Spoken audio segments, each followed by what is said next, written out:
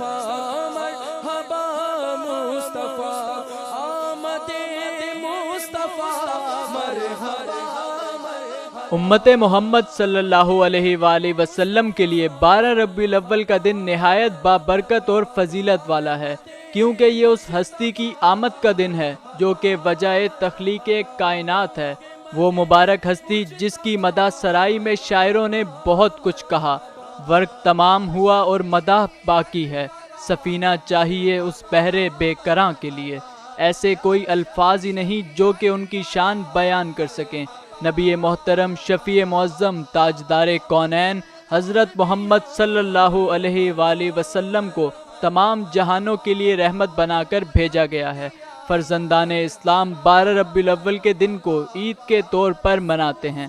اس مبارک مہینے کا آغاز ہوتے ہی مساجد، گھروں، گلیوں اور بازاروں کے ساتھ ساتھ سرکاری اور غیر سرکاری عمارتوں کو دلہن کی طرح سجایا جاتا ہے۔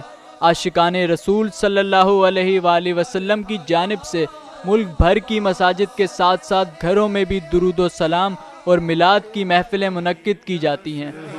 تو سمندر میں بھٹکی ہوئی پیاس ہوں، میرا گھر خاک پر اور تیری راہ گزر، میرا گھر خاک پر اور تیری راہ گزر، اے سدرۃ المنتہی۔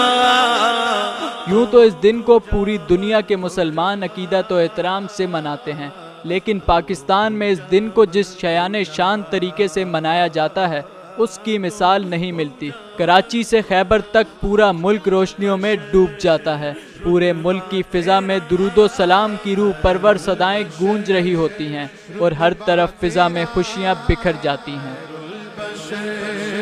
رتبہ تیرا آواز حق، خطبہ تیرا آواز حق،